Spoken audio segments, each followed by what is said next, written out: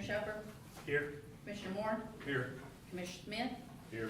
Commissioner Shipley, here, Commissioner Harbor, Here. Commissioner Giannini, Here, ma'am. Commissioner Fortenberry. Here.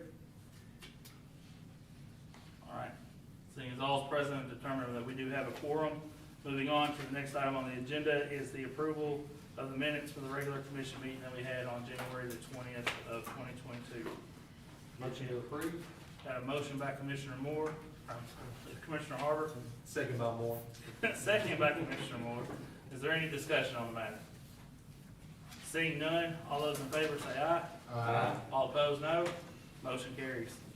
Next up on the agenda is really more of an announcement than anything. It's for old business. Correct me if I'm wrong. For the consideration of the Tipton Farms, that we just wanted to let, it's changed to March at the developer's request. They didn't have the traffic study back. So that's really the only thing on old business. Underneath new business, we had none. Miscellaneous items. I am gonna kind of swap this up a little bit and let the Orion group go. I think they have been at Town Hall for 4 consecutive days. It seems like Bob's growing a beard, and so he wasn't 4 days ago. But they're going to talk about the Atoka on track 2020 or 2042. And so, Mr. Bob, the floor is yours. Mr. Chairman, thank you. We spent the night here last night. We enjoyed the conference room floor.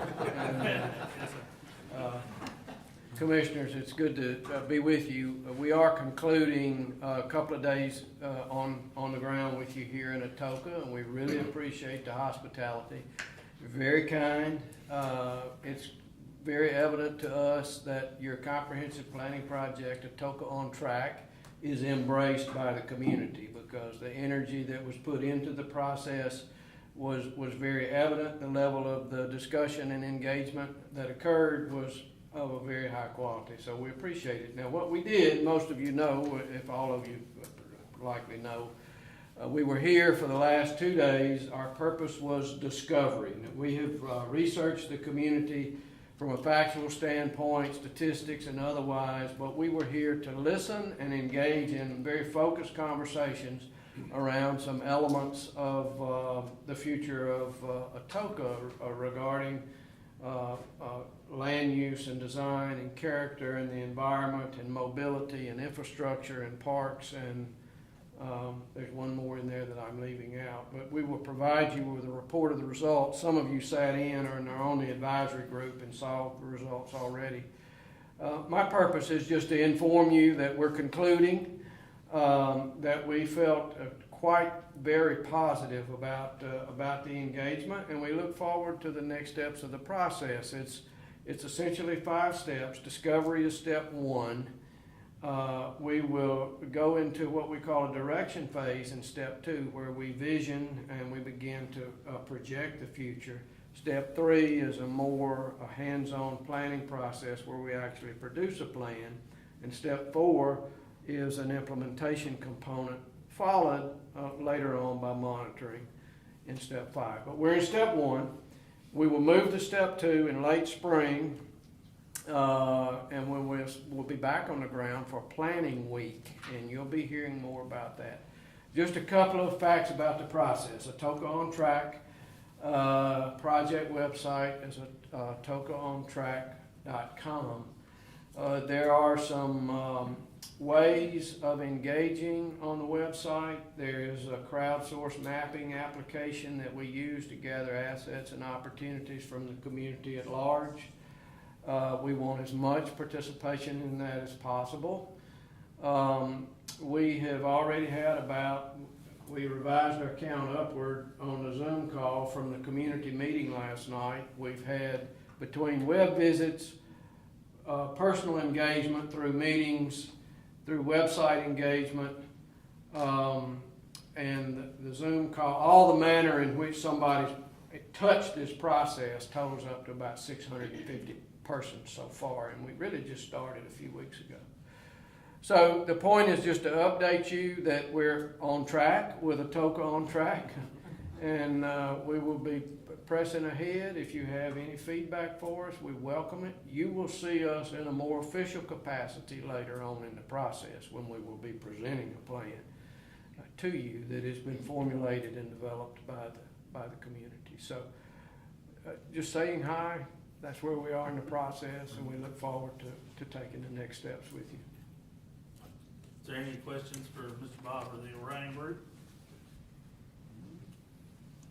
I know he's been working hard, and I would request that everyone try to push that as much as possible online to get that citizen interaction from the community, which I know they can do on the website. Yes. So they can do that. So. Yes, and there will be other opportunities for on-site meetings and in-person visits later on in the process. That's right. Yes. So, any other questions? Thank you, Mr. Bob. Thank you. Next up on the agenda is the sewer discussion with SSR. So, Mr. Ben, I think that's yours, bud. Yes, sir. Floor is yours. Thank you very much. And guys, obviously we pushed the development off, or they requested actually that they be pushed off a month. So this is not specific to the Tipton Farms development. Because of the other things going on, Blue Oval, the planning process, and the things that we know are occurring at Kearns and how technical the explanation is, we wanted to go ahead and get that in front of you guys today and give you frankly a month to be thinking of the things you want to ask and the other things you want to know, okay?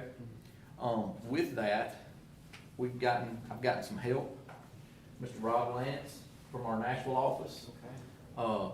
He is much more technical about the pumps, the actual flow curves and the process that this pump station is going through than I am, and I'm so glad to be able to call on him and get him to come help us out tonight. So without further ado, Mr. Rob Lance.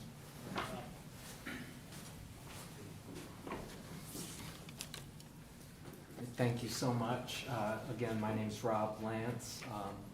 I am a Virginia Tech graduate with both a bachelor's and master's degree in civil engineering, and with 30 years of experience in the wastewater field. So, do I just click? Go for it.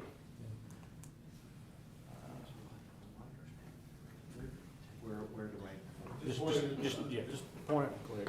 Okay. There we go. Okay. Yeah. So we're going to talk about the Kearns lift station and force main.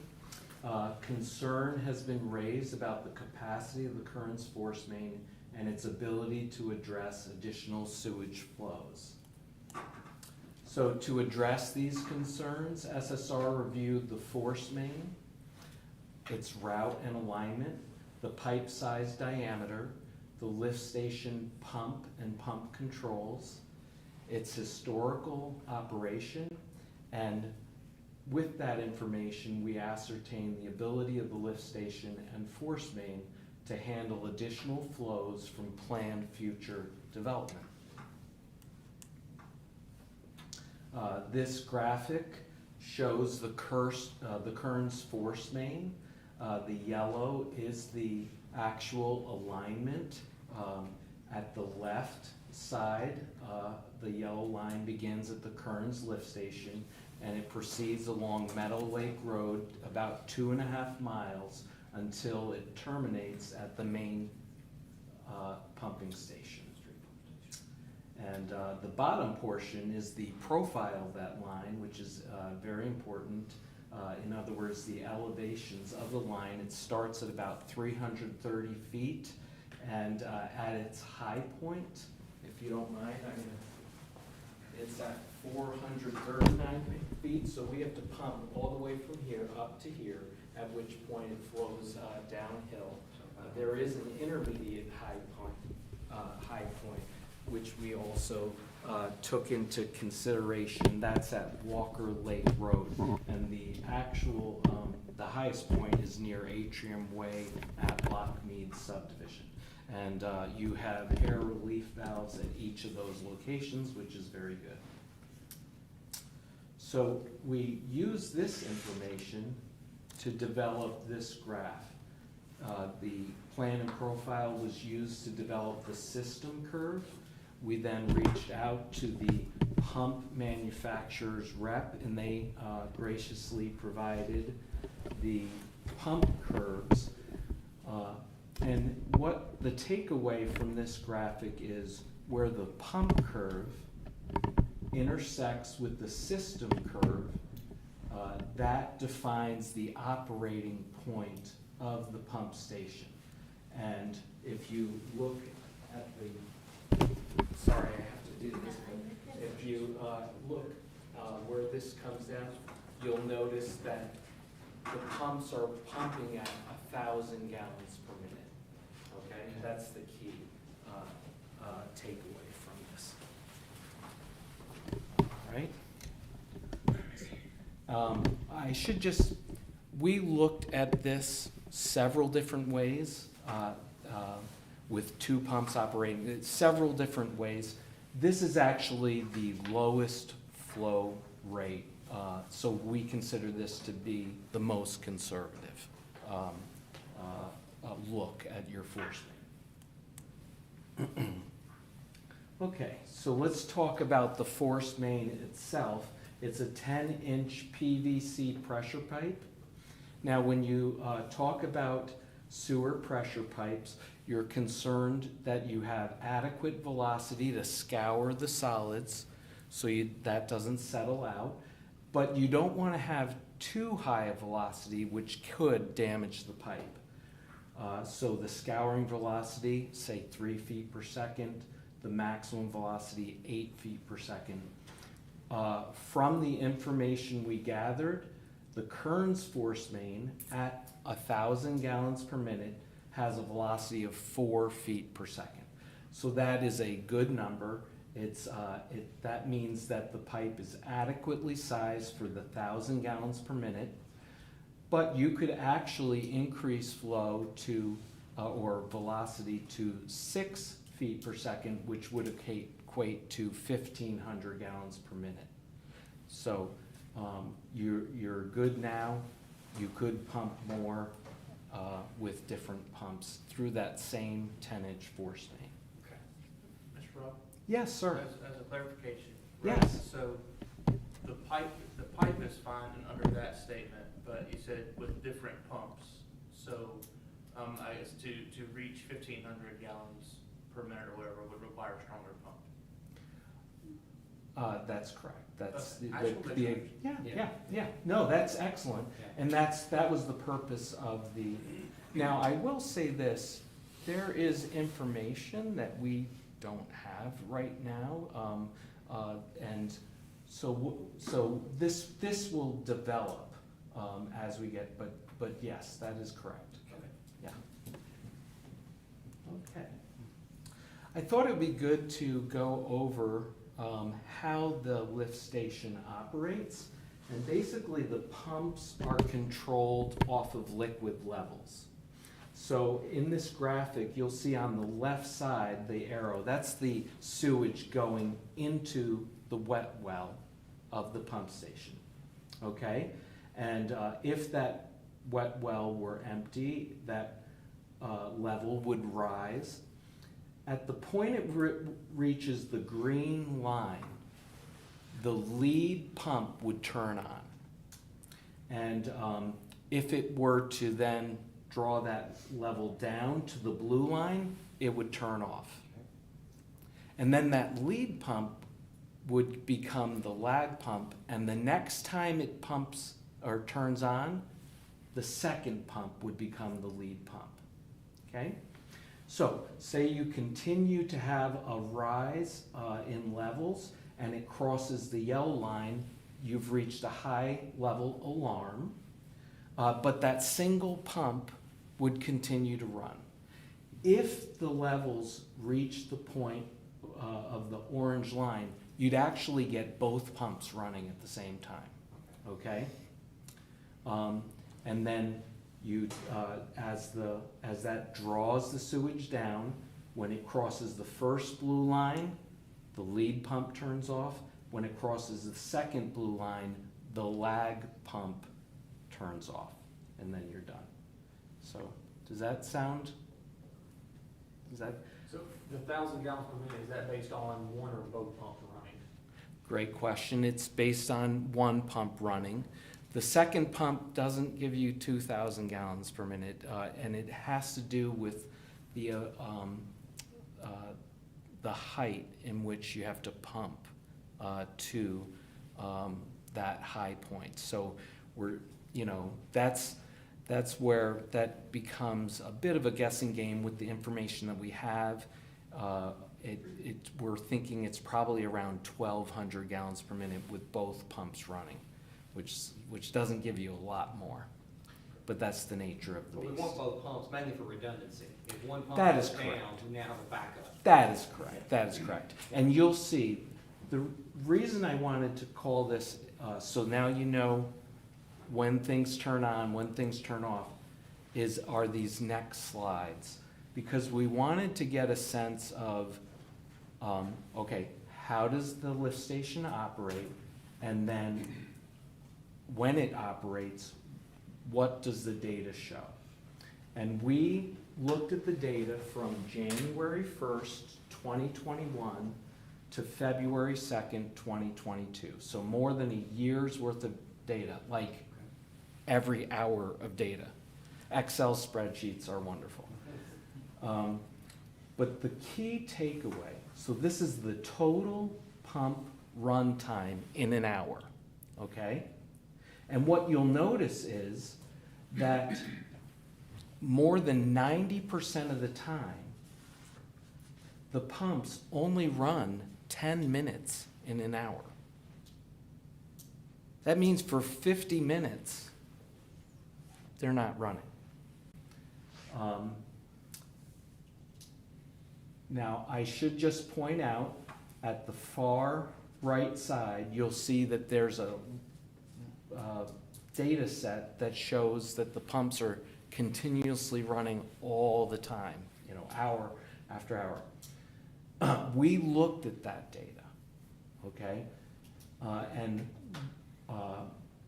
we have determined that this is probably a result of either faulty float sensors or data logger issues, because number one, during those days you had no rain, and also we looked at the flows going to the main street pump station, and there wasn't a significant contribution from currents, or not something unusual.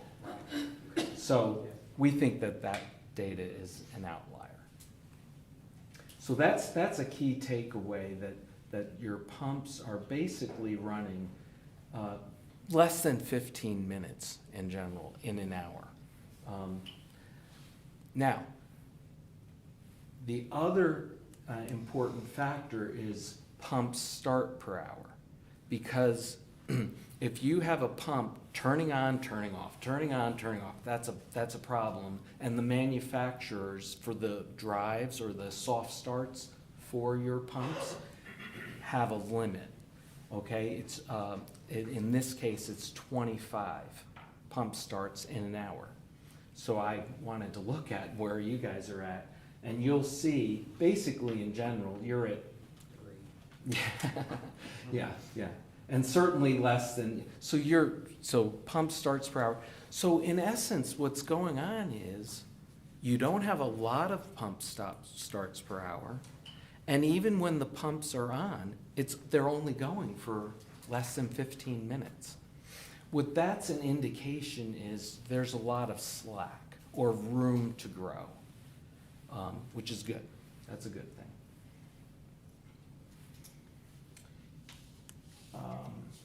Okay, and so keep in mind the 1,000 gallon per minute. So you've got 1,000 gallon per minute pumps, and they're only pumping for less than 15 minutes in an hour. So you've got, okay, so we looked at the additional flows resulting from the planned development, and we calculated somewhere near 500 homes are either on the books or you have future plans. We then used, in our view, a very conservative sewage production or sewage flow per house of 300 gallons per day per house. That equates, all told, to 178,000 gallons per day that would go to the Kearns lift station. And then over the course of that day, that would equate to 124 gallons per minute. Even if you assume the TDEC peaking factors, you're still below 200 gallons per minute that we would anticipate going to. So we believe that we believe that the pipe size is adequate and that your pump station as designed currently has the capacity to meet this additional demand. Not saying whether you want to add those houses or not, I'm just looking at the pump station and the force main. So, You said if you consider the TDEC peaking factor, which I assume is probably a smart thing to do, because, most people are sleeping at night, not running their water. Or That's whatever, correct. So you don't want to do it across the whole day, but you're still less than 200 gallons per minute, was that correct? that is correct. So you could say that you could potentially put 4 times as many houses on this lift station, is it a linear number like that? And still be under the 1,000 gallons per minute? I don't think I would want to make a blanket statement like that. I think we'd want to look at it, sharpen our pencils a little But bit you more say before we. it's well below hitting capacity, it sounds like. Yeah, and like I said, there's information that, this is a cursory evaluation with the information that we had. We would, if you wanted to determine what the ultimate pumping capacity for this, that would be a different assignment. Does that make sense? Yes, sir. Do they have, by chance, have you at all, look, we know that we have issues with Main Street Station. Do you have any information on that? Meaning, I agree, I'm glad to see that your facts, your statements align with what our Public Works Department told us. It's good to hear. One other concern is, once we get it to Main Street, until we do something with Main Street, from Main Street to Mumford, are we at the limit already? Yeah, I couldn't speak to that. I basically worked on Sure. what I presented I tonight. understand that. Okay. The only other point that I have, and this is probably not a point for you, but I believe that we've seen a couple ruptures, of the Line on Mead Lake? the line on Mead Lake. Did any of that come into your thought process, the ruptures that we've had on the age of the pipe when talking about adequacy? Yeah, well, I was tasked to determine if the 10-inch line size was, and it appears, yes, absolutely. What you're getting into is more of an operational, Okay. yeah, and so, and I believe that there are discussions about what improvements might be made to that line.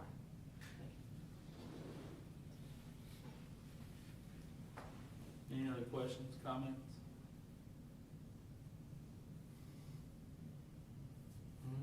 I guess, so are there people that are being served by this pump that are experiencing the issues, and do we have any, I know this isn't for you, this is more for others, do we have any idea of what the issue could be that the concerns are based on? I mean, or is that something we still just gotta figure out what's causing the concerns? We have some intermediate odor issues, from what I understand. I think most recently, we had some problems with Main Street, and because we had problems with Main Street, of course, we had the odor issues at Kearns Circle. But I think even outside of that, I would say to use the word intermediate for various reasons. We get some calls from odor from Kearns Station. There's a drum scrubber at Kearns, and that's, if you notice, there's a big PVC pipe running up with a T on top of it to shed that odor up high. And the actual scrubber inside of the drum is broken at the moment, and we've got one on order, but who knows when it's gonna get it. So for the time being, I have them throwing incense inset blocks, and there's a carbo net when you open the wet well, they lay inset blocks in there, we have a grease, can't think of the word, grease inhibitor, I guess, that we pour down in there, it's grape is what they call it. And it's funny because I get those calls as well, a lot, and Luke Williams, which is also an engineer at SSR, him and I went out there a few weeks ago, and he said that was the best smell of oil well he ever smelled in his life. So I guess it's. Eye of the beholder, smell the. But we are trying to take some steps in the meantime to keep that odor down until that scrubber goes in. Sure. And so, I know he wasn't tasked to study it, but again, I'd like to hear from Public Works, if you have any concerns with the added gallons per minute, at Kern Circle, in terms of that, until we do anything with that main under Mead Lake and the Main Street station. I don't wanna cut our nose off to spite our face. Yeah, we've talked about that, and I mean, this came up in this conversation. We don't think that it's the right pipe in the ground for what, I mean, not to say it's not the right pipe, it's not the best pipe we could have used. Mark and I and Ben have talked about, getting some ductile iron in there to where you'll never have any trouble out of it. Now, what's it look like, how long it's gonna take, how do we pay for it, that's another thing that we're trying to figure out at the moment, but I don't think that the added volume is gonna make a difference. It's either gonna break or it's not, and it's gonna be full pipe no matter what. So, no matter if you've got, 500 houses on it or 200 houses on it, it's still gonna be pumping full pipe when it's pumping, so pressure's shouldn't change much. No. So, that's not gonna be, you worry about it because you are adding volume, but the pressure's what's breaking it, we think, and the pressure's not gonna change. Pressure stays the same all the time because you've got a pipe full of water all the time. The only, if you slip lines, when you're talking about your CIP, there's a very minimal, because you are. Decrease. Yeah. He's talking about if you were to prepare the pipe from the inside without digging it up, there is a slight volume decrease, the actual diameter gets smaller, slightly. So, for us, that does affect the capacity. In your pump, since you're averaging about, most of the time you're running 15 minutes or less, you have so much more time that the pump could potentially run. All that does is extend the time that you're pushing flow up the line. The actual demand on the line is the same, because you can only deliver what the pump can deliver. Does that make sense? Yeah. Rob, could you talk about maybe the 350 gallons per day, how we came up with that number, and whether our system actually flows anywhere near that gallons per day as far as a home, the way that our step and stake systems are set up?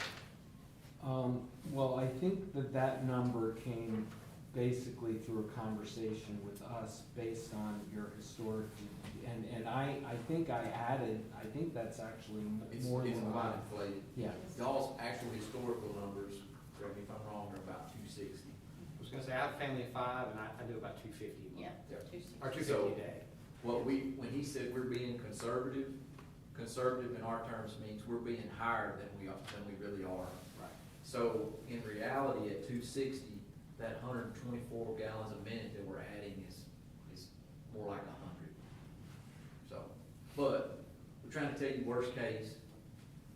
If you can handle the worst case, then you can handle what we're actually gonna do.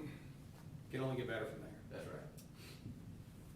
What about information or data on days where it did rain? I think that's a lot of concern people That is talk about. very good. When it rained, then that's when they were having issues. I think one brought up that every time it rained, she would flush, it would come back up the line. Do we have information or data on that? Okay, say that again.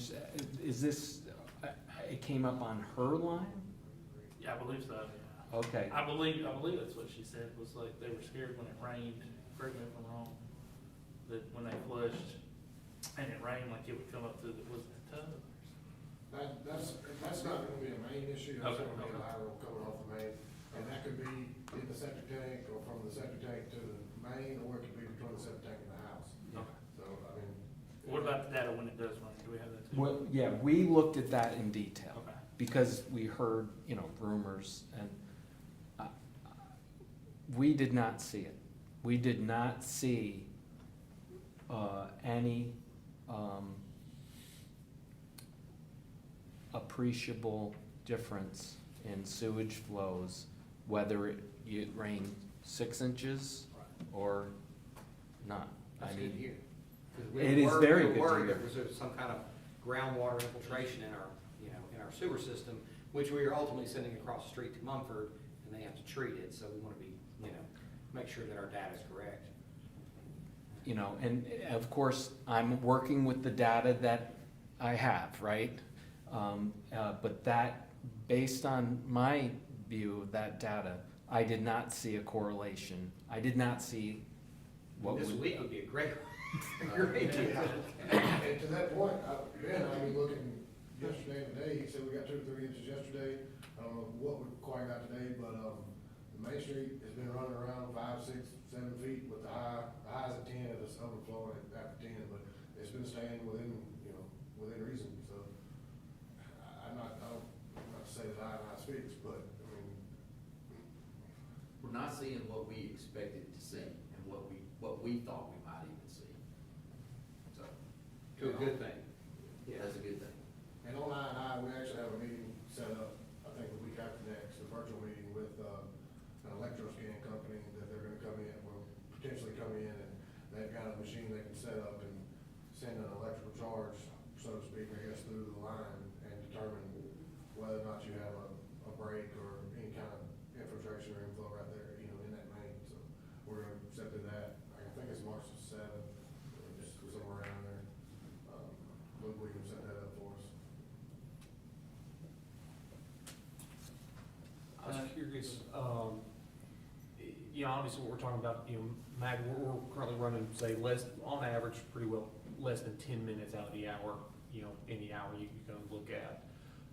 At what point, if you're looking at a pump, you know, if it was 30 minutes, 45 minutes of the hour, would you start, you know, think, hey, you may want to consider making some improvements to decrease that? And how close to that full hour runtime do you get before you get concerned?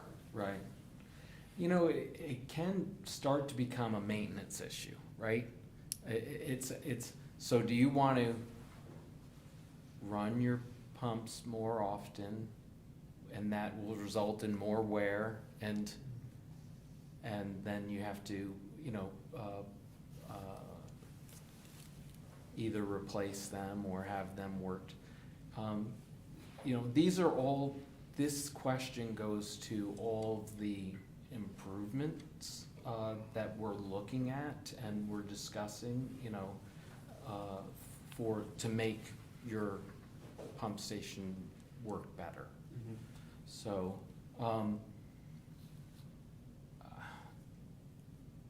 so it's a little difficult for me to say. I would think obviously you don't want, you'd prefer not to have,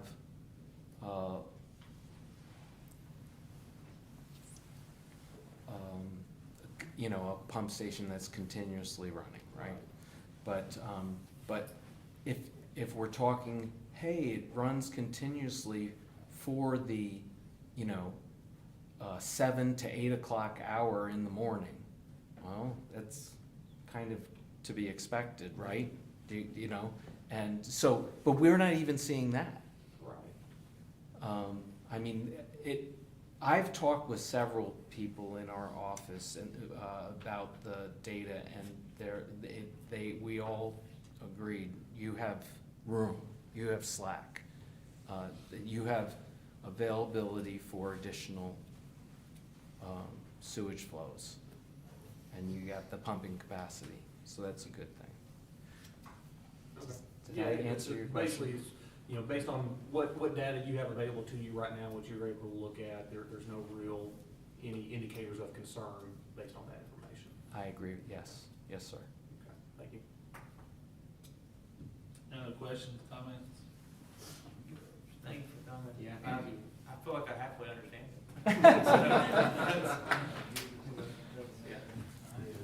Okay, well, thank you so much. Thank you, Mr. Lance, appreciate it. And guys, next month, thank you very much. Thank you very much. We're gonna present this again, because we feel like we'll have more of the public, and they'll wanna hear some of it too. But because of its technical nature, we'll give it to you guys first. Thank you. That way, there's time to digest it, and there's also time, y'all can help us explain it next month. Because y'all are gonna be the ones taking the calls, frankly, y'all and staff. So, we felt like it was really important that you understood what we were seeing. So, in the intervening time, if there's something that you think of that we've left out, that you want us to have an answer for, please let us know, we'll try to get that together, okay? I got one for you. Sure. If they carry Walker Parkway to 51, does the railroad track kind of like stop where the sewer system would feed into? Would everything on this side of the track come back to that same sewer line? Would we be able to extend a main across Yeah. the sewer? So as I understand it, there is a main underneath the track now that we drain on the west side, come to that point and pump under. Yes, there's capacity in the lift station. The trick is to get to the lift station from over there. So, and we'll have to figure that out. So the other option is, and then, you know, this doesn't have to be the only lift station. One of the things that, I don't wanna talk too much about things we hadn't sorted out yet. One of the things that we've discussed and are considering is doing some study work to find the best way to provide sewer for all of that area to the west. Be it come under and go to Kearns, or be it have a lift station that drains to the natural drainage point on that side and gets back up to Main Street a different way. So Blue Oval is a part of this discussion. The comprehensive planning it's coming up there as well. That was part of the things we were already gonna be discussing as far as the comprehensive plan. So we're discussing it in a lot of places right now. So I don't know that fully answers your question, Yes. but there's more than one way to skin that cat is what I'd leave with. I think along those lines too, and I don't know how intensive of analysis this took or what, but should we look at the rest of our system, for especially if we say we've got some issues with the Main Street pump, just because my guess, it sounds like, you know, that the data kind of surprised us, and say if before we had this data available to us, if we'd have just got this pot of money that we were told had to be spent on or on the sewer system, we would have probably considered pumping it in, no pun intended, pumping it into this lift station and force main, and that may not have been the best bang for our buck, it sounds like. So I wonder if there's other areas that we don't see being a problem that actually, when we run the data on, if they do turn into something. I think that might be something more for y'all aldermen maybe to consider, I think, more than this board, but. Well, and I think My that's thoughts on exactly why we're talking about doing some studying to see where we best need to apply the money. Because we do have some COVID relief money that's come in. There's other opportunities out there through TDEC, ECD, and things around the Blue Oval site. So there's opportunities that weren't available to us 6 months ago because of this.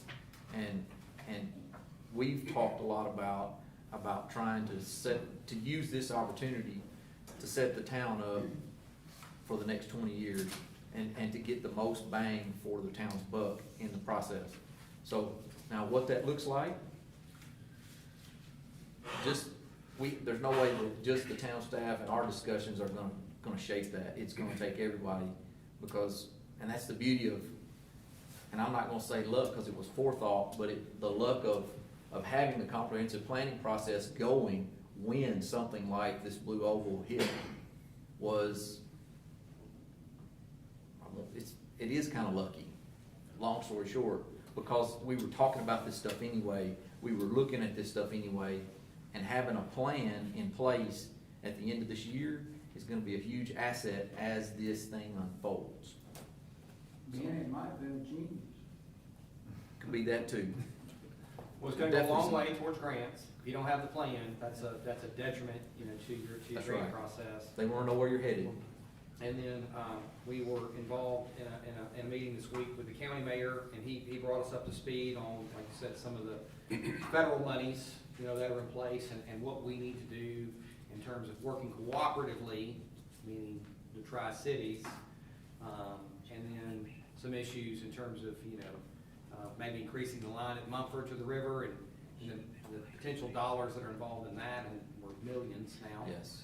And how to work together and, like you said, cooperatively come up with a sewer plan to make that happen for, not only for Atoka, but for all of Tipton County. That's right. So, A lot of things in play at the moment. There's a lot of things, and as you all are learning along the way, everything with Blue Oval City's in flux. Every meeting that I think anybody that's gone to anything about Blue Oval City, you end up walking out of there with more questions at this point. And I think that's at all levels. That's county level, that's municipal, that's even at the state level, because they're even trying to even sort out how you can even access $5 million for regional planning. There's no process, there's no guidance of how you get to that $5 million. So everybody's really kind of running around with their hair on fire trying to figure things out, and we're not alone. So you'll hear a lot of things talked about, but until we kind of got a good idea and way we feel like we got our handle on things, then we'll be bringing more information to you than we're already pushing out. But when it gets into specifics, development or where we think development's gonna go, pump station improvements, lateral and force main improvements, replacements, there's not an unlimited supply of money. I mean, at some point it does come to an end, so we know what our own shortcomings are as our own municipality. We know we've got concerns at the treatment plant at Munford. It's really gonna take the three cities of Brighton and Munford and Atoka working together to kind of work on that problem and fix it. But even if all three cities put all their money together in the pot and said, okay, we're gonna put that towards the discharge line, that's gonna go get you a couple miles, and we gotta go 15. So that money's gonna come from somewhere. We don't quite have a clear picture on how we're gonna be able to access that yet. We know we've gotta fill out the TAUD scorecard. That's $1.1 million of non-competitive grant funds. That all the municipalities have allocations. So any of the cities that might sit on their hands or may not submit for the non-competitive grants, that money's gonna then roll over into the competitive grant pool. The mega site authority is gonna have about $8.5 million annually that they're gonna get to oversee from Ford. And that money's coming from $269 million of a pilot payment. And that's gonna be over 30 years. So, there's money that's gonna be going annually there, but all the municipalities in West Tennessee, everyone's playing catch up. Everybody wants to know, how do we get the money? How do we pay for it? What are we gonna do? There's just more questions than answers at this point, but we'll try to keep you informed and keep pushing info out the best we can. Any other questions for Ben or town staff? Is it too early to talk about, you guys did have an opportunity to meet with TDOT on Mead Lake and Atoka Idaville. You want to say anything about that, or you want to wait, or? Sure, Yeah. put it in a weekly update. Yeah. We met with representatives from TDOT, the mayor, and town staff. Long story short, they're willing to do some permitting on 206 at the town's expense. At the town's Long expense. story short, that's what it all comes down to. Whether there's options out there. We did talk about a few things that may or may not be palatable to citizens and the commission and board, mayor, and alderman. Make Mead Lake Road right turn only on the 206. Make Kimbrough no left turn period off of 206. Those were a couple of immediate options that came to mind that were tossed on the table for discussion. I think we all kind of walked away that, we kind of turned our nose up at both, except for maybe some improvements on Mead Lake Road or even on 206. Was there an to option widen. for 206 for a turning lane on to That's Mead what I was Lake? just getting ready to say, maybe possibly widening 206 to give a turn lane to go left on Mead Lake Road. That, he said he'd be willing to permit it. Is there enough room with the houses on each side to widen Mead Lake also to put a left turn lane? We'd have to do a further look into it, but I don't think so. Okay. You're looking at least a 12-foot wide lane, turn lane, at least 12 feet, and then you're gonna need room on either side, so you're gonna be pushing at least 12 feet widening that road, and, we'd have to secure right of way or other access. So there's a lot of, you're not gonna get a signal there, you're not gonna get a stop sign. I'm not gonna stop sign, but that would help, because let's say if even half your traffic's turning left, then half your traffic can flow. What can you remind me about the turning numbers? TDOT gave us turn numbers during our peak hour between 6 AM and 8. You go get that. Do you remember what it was? There was a total car count, and then there was the amount of cars making a left-hand turn. We can get that, and put our finger on that. I don't know if you guys recall what that was. But there was they had actual turn data, not just car counts. But we're just saddled with that bridge. He was And the limited sight 145, distance. What was that, Mayor? I'm sorry? 145 and 10 to the right, 145 to the left during that time. I thought it was more, but Yeah. it could be. Let's see if she can get that data at the time we're talking, but, you know, I don't know if you guys would even consider those to be good options. You know, turn lane to put town money into a state route. You know, make Well, if the it, developer paid for it, that helped. well, and that's the other thing that we don't know too, right, is what is the traffic study from Right. the PUD We're development? talking What's about that it, gonna I come agree. back and? We are, yeah. But that's what I can tell you now, TDOT isn't in a position that they were gonna fund, you know, any replacements of the bridge or any improvements to the intersection, they just weren't gonna do it.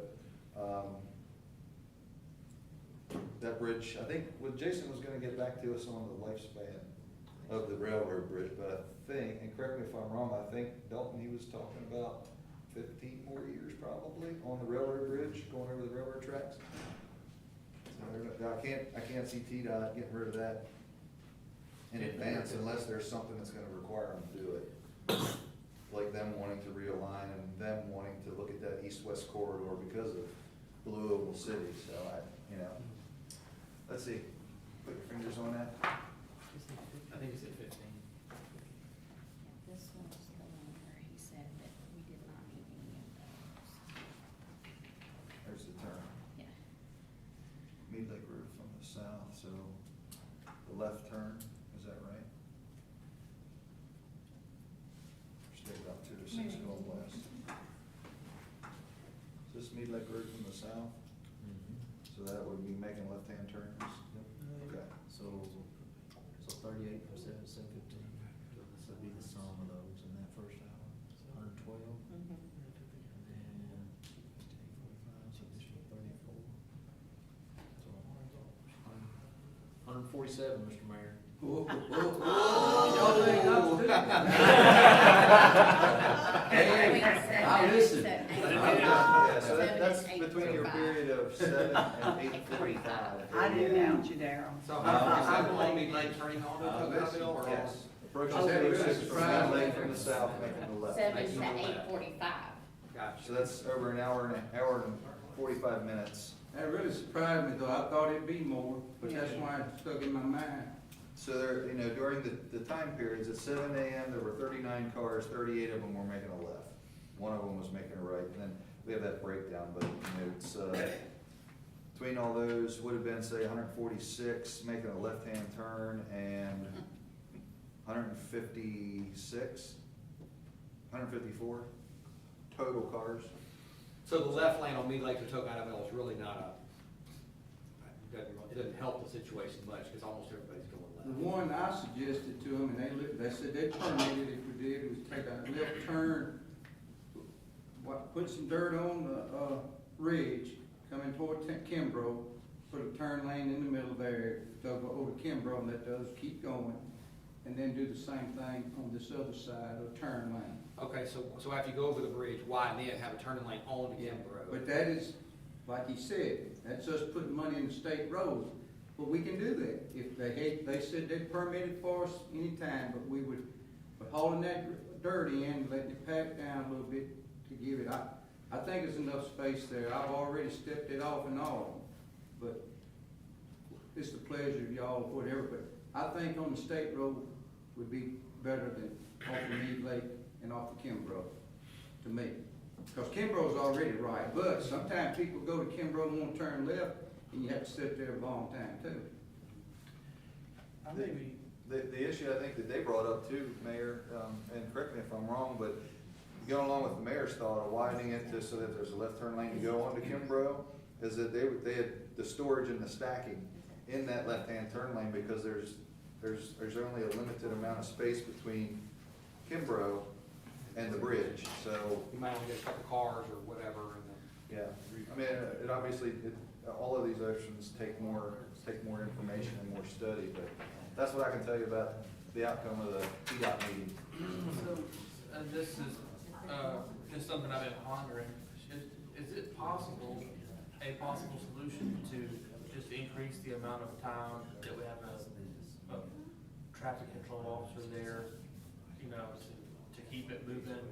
I think, you know, part of the trouble is if you're turning left and you're just waiting on traffic, you know, and I know there's somebody there part of the time.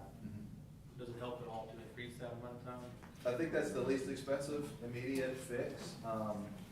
I don't believe, I don't know, you're here, Chief Rudolph's here, but I don't know that person. That doesn't need always to be a police officer, and I know that he works hard to make sure that we've got a police officer there, but sometimes police business calls, and then we end up with no one there, and those are the days that you get the call, how come there wasn't anybody here, because now it's become expected. So, you know, if that's a civilian, if that's somebody who's properly trained in traffic control, you know, maybe, and I'm just throwing. Might do a maybe little it's- longer in the morning and stop an hour or two in the afternoon or Right. something. We could do that. The board can make that determination.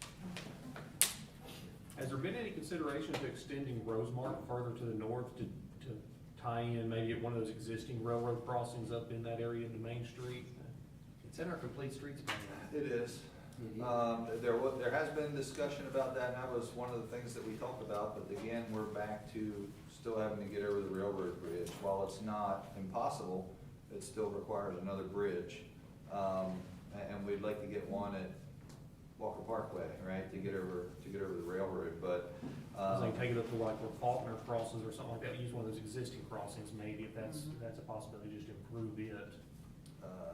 Possible, but, and this would be for you guys, engineering, whether the railroad would allow the additional traffic volume across I don't know the answer to that, I don't know if you guys know the answer. To use Faulkner, the at-grade crossing that's existing. You would still have to get the approval of CN to improve it. All right, and I'll tell you that their policy is to eliminate all at-grade crossings that they can get done. And go over here. Yeah. And go great. So while theoretically we should be able to do that, it is possible, and I think we still ask. I wonder if maybe we can do that and say, like, there's one to the south of that maybe disconnect one, you say, we're gonna get rid of this one, we're gonna improve that one, and everybody's happy. Yeah, that's what you'd have to do is course correct. Yeah. But, And I don't know that that's actually come up, so I don't know that we've thought about that too far, so that's a good suggestion to look into. Roundabout's already got a leg going. It sure does. Any other questions for town staff? Hearing none, next up on the agenda is gonna be citizen concerns. So if we have any citizens want to come up, state your name and address, and they'll be permitted, 2 minutes to speak. Good evening. Keith Richter, 124 Smithers Avenue. So I've got one concern that I didn't address last month at the meeting we had in January. And the Tipton Farms, if we're going to do a Walker Parkway extension, which I think would alleviate a lot of these discussions for Mead Lake going to Atoka, Idaville, which is the worst intersection we have in the town, is to make that lane where Walker Parkway is now kind of a residential lane. Make the extension, it's gotta be, you know, a much wider road. It's gotta be, the PUD that was presented last month had it basically the same kind of road that Walker Parkway is now. So, you know, I'd encourage the Planning Commission to engage with the people who presented in January and say, hey, you know, because I'm not really a big fan of how their plan was to jam so many houses in there, but I could probably live with it if I knew that we had, you know, 2 lanes, you know, one in each direction, and then every time you went into a little neighborhood, there was a, you know, a turn lane. So then you could make that not quite an artery, but it would certainly be a significant connector where a simple extension of Walker Parkway, the way it is right now from, say, Mead Lake to Rosemark, is not going to help anything. But if you make it a true connector, it's got to be a serious roadway, you know, the way Mead Lake is. And that would work to solve, I think, a lot of these traffic issues. We wouldn't have to try and put good town money into state roads that they're not gonna upkeep or fix for us. Anyway, thank you. Thank you, Mr. Keith. I can answer Mr. Keith's question if you'd like. Yes, sure, absolutely. The PUD, and maybe it didn't come through with their presentation last month, so it's a good question. The PUD is slated to have traffic in both directions with a turn lane in the middle. And I believe it's a 10-foot wide bike and walking trail off to the side, so there is that both two-way travel with a turn lane in the middle. Well, that'd be, I think that's good, but the turn lane in the middle is for basically making a left. I'm talking about, you want people not, if I'm gonna turn into some side street, right, because they only really had kind of two side streets feeding into the neighborhoods that I remember. Maybe. If you're gonna turn in or off, turn into them to go home, or if you're turning onto the connector, you're gonna have to wait for traffic flow there. The people who are going in either direction aren't gonna be going into that turn lane. You understand what I'm saying? Or maybe I'm not understanding what you said properly. Well, maybe somebody else can give it a go. Well, and I guess the way he had two roundabouts on Walker Parkway. So at those cross streets. So technically, the turn lane that he would be putting in would be actually for the driveways. Because at the roundabout, you make the left by going around. And really, from that standpoint, he only drew, as far as Walker Parkway, the alignment that we had submitted in the grant. We had submitted a 3-lane section with curb gutter, sidewalk, and bike lanes on the east side of the railroad, and a 5-lane section where we hope that it develops in a more commercial pattern on the west side out to 51. Right, their PUD had houses fronting the extension of Walker Parkway. He did. Which I think is just insane. I mean, you can have it like Mead Lake, where you have houses backing up to the road, where you're just gonna be looking at fences. But if you have houses, driveways pulling in and pulling out of there, that's gonna be a nightmare for traffic and citizen safety. That should be just completely redrawn. I'm sure it's gonna cost them money, which is why they didn't want to do it, but thank you. Appreciate it. Thank you for the comment. Any other citizen concerns? Hearing none, Chair will entertain a motion to adjourn. So moved. Have a motion to adjourn. Do we have a second? Second.